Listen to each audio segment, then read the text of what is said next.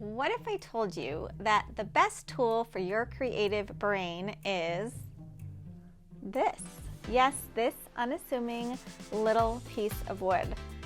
Welcome back to another episode of Design Speaks Podcast. I'm Brandy C., your quirky creative director, and I'm here to help you find your inspiration in the process. Today, I want to talk about the amazing benefit and influence analog tools can have on your creative design brain. First, I'm going to share 6 reasons that these analog tools can benefit you, and at the end of the video, I'll share some of my own favorite analog tools that I use in my own design process every single day. Reason number 1, let's start by talking about the science of neural connections. Okay, so you're probably thinking, Brandy, isn't this a design podcast? Yes, but since design actually falls into this middle of the Venn diagram between art and science, this is a perfect place to start. This trusty, I just whacked myself. This trusty pencil and paper are not things of the past, but are actually brain boosting connectors. Research has shown that analog tools like a pen and paper grow our neural connections, building understanding, cognition, and memory retention. So when we can amplify these unique connections that our brain makes, it's gonna give your creative concepts a really solid, exciting foundation based in logic and creativity. You're gonna be shocked at not only the sheer number of ideas you come up with, but the absurd amount of unique and interesting ideas that will come out of simply ideating using the humble pencil and paper. Reason number 2, tactile mastery. I feel this one is super important. Get it? Can feel the pencil. The tactile experience of using analog tools actually sparks heightened sensory input into our brains that digital platforms just cannot replicate. The texture of a pencil, the sound, scratching on paper as you write.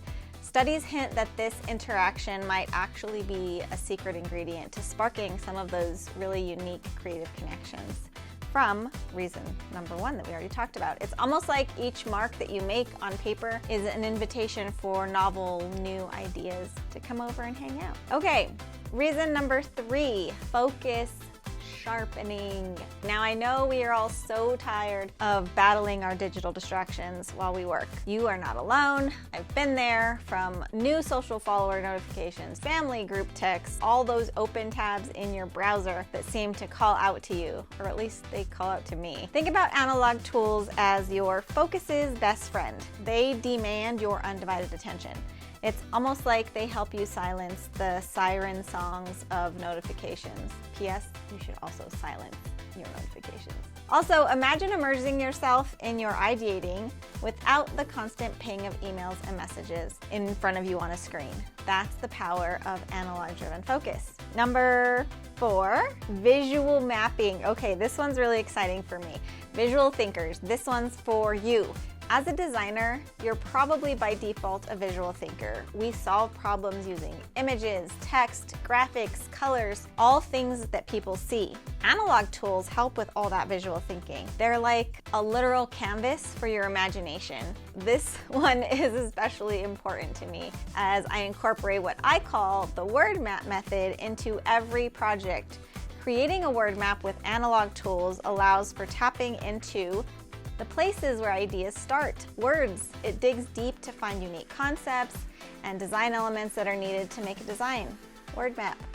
Whether you're sketching, concepting, wireframing, these tools create a blueprint that guides your design process. Your ideas aren't just thoughts anymore when you use analog tools. They can be strategic plans that result in true design greatness. They become a treasure trove of fresh perspectives, groundbreaking solutions, all mapped out on this analog canvas. Number 5, this is a note. Number 5 is emotional resonance. Have you ever considered the emotional connection that your designs can invoke? When you incorporate your own handwriting into your work, it can actually infuse your creations with humanity, connecting with your audience on a deeper level and making your creativity really shine. Something written with your own hands goes beyond fonts and keyboards, forging this genuine connection with your audience. your creations don't just impress, they can actually really resonate. Incorporating analog practices isn't just about visuals, it's also about stirring emotions. Outside of how it creates emotional connections with your audience, using your own handwriting during your ideating process, sketching out ideas, and for, say, a word map helps you start to own your own unique visual voice. By embracing your own handwriting, you can actually embrace what you alone can say visually. Number 6. Last but definitely not least, it's called neuroplasticity. I know it's a big word, but it's a game changer. It's basically the brain's ability to adapt and transform. Analog tools work your brain muscles, making it more flexible. Your brain becomes this sort of playground for fresh ideas, helping you become a creative innovator and problem solver. We all have the potential for adaptability. Analog tools encourage our brains to sort of rewire with each stroke of that pen or pencil. You're actually building connections that enable that growth and rewiring. Regularly using analog tools is like a workout for your brain, strengthening that ability to overcome design challenges and break through all those crazy creative slumps that we can all have from time to time. There you have it, my fellow creators, the science-backed reasons why embracing analog tools can revolutionize your creative process. From neural connections to tactile mastery, focus to emotional resonance, the incredible power of neuroplasticity. Analog tools are absolutely a force to be reckoned with. And now, as promised, I wanted to share with you a few of my favorite analog tools and how I use them. So first, let's talk about pencils. I use a variety of pencils depending on my mood and what I'm working on. However, I do have a trusty few that I come back to time and time again. My number one trusty standby is a plastic Bic pencil. When I first started designing, I bought expensive mechanical pencils and quickly realized a couple of things. One, I lose pencils all the time, so buying expensive metal, heavy mechanical pencils was just not sustainable for me. Also, I break a lot of lead. Another reason I really love these pencils is when I'm sketching out ideas at a thumbnail scale or working on a word map, I like to be able to write small and work in details without constantly needing to sharpen my pencil. And as a bonus, they come in lots of really bright and fun colors, and I can choose one based on my mood, so that's a plus for me. The other pencil that I've really grown to love in the last few years is the Blackwing. These are all Blackwing. While the downside of these is obviously that they need sharpening, that's also kind of an upside because I'm able to use them to make thicker or darker lines that I might need in any sketching scenario. I love that I can choose different hardness of lead that again helps give a darker look or a light look depending on whether I need to be more precise or I need it to be more smudge-worthy for sketching. So I can't talk about pencils needing sharpening also without talking about a tool that I use that I unexpectedly fell in love with. My husband bought me these two tools a few years ago for Christmas. They are made by a company called Maker's Cabinet. I never thought I would actually love them as much as I do. The pencil sharpener actually allows me to give a really precise and custom edge or point to any pencil that I sharpen, although because it's this crazy blade, I could also sharpen the tip of my own finger, which is nerve-wracking, but it's amazing. The other tool that I really like using for creating is this one that does circle shapes. I can't remember the actual name of it, but it's modeled after kind of a camera aperture idea and is super useful in making curves and circles of all different sizes. So besides that, aren't these both just like beautiful? They have these little display stands, which I absolutely love, so I always keep these on my desk. As far as pens, I keep a huge bag of pens and markers and things for bringing out parts of the concepting in my word map method, as well as keeping projects organized in my planner. Sidebar, writing things down in my planner helps me, oh, those are all blank, helps me remember them better than putting them in a digital calendar. But again, that's part of the magic of analog, right? Some of my favorite pens are by this company called Tool, T-U-L. I love them. They feel great in my hand. They write super smooth, they're long lasting, and while they cost a little bit more, they are definitely worth it for me as part of my process and organizing things by color. But I also don't want to lose expensive pens because, as we established, it's the thing I do. So these are my design studio use only pens. Another really important analog tool that I use is highlighters. I don't necessarily have a brand that I prefer one over the other.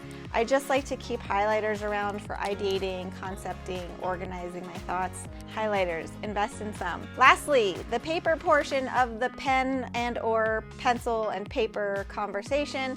Over the years, I've tried out lots of different kinds of notebooks, sketchbooks, drawing pads, and somewhere around the early 2000s, I really started to fall in love with sketchbooks that have a dot grid. I think the dot grid is particularly helpful for designers and creatives who really just can't stand to make a mark on a pristine piece of blank paper.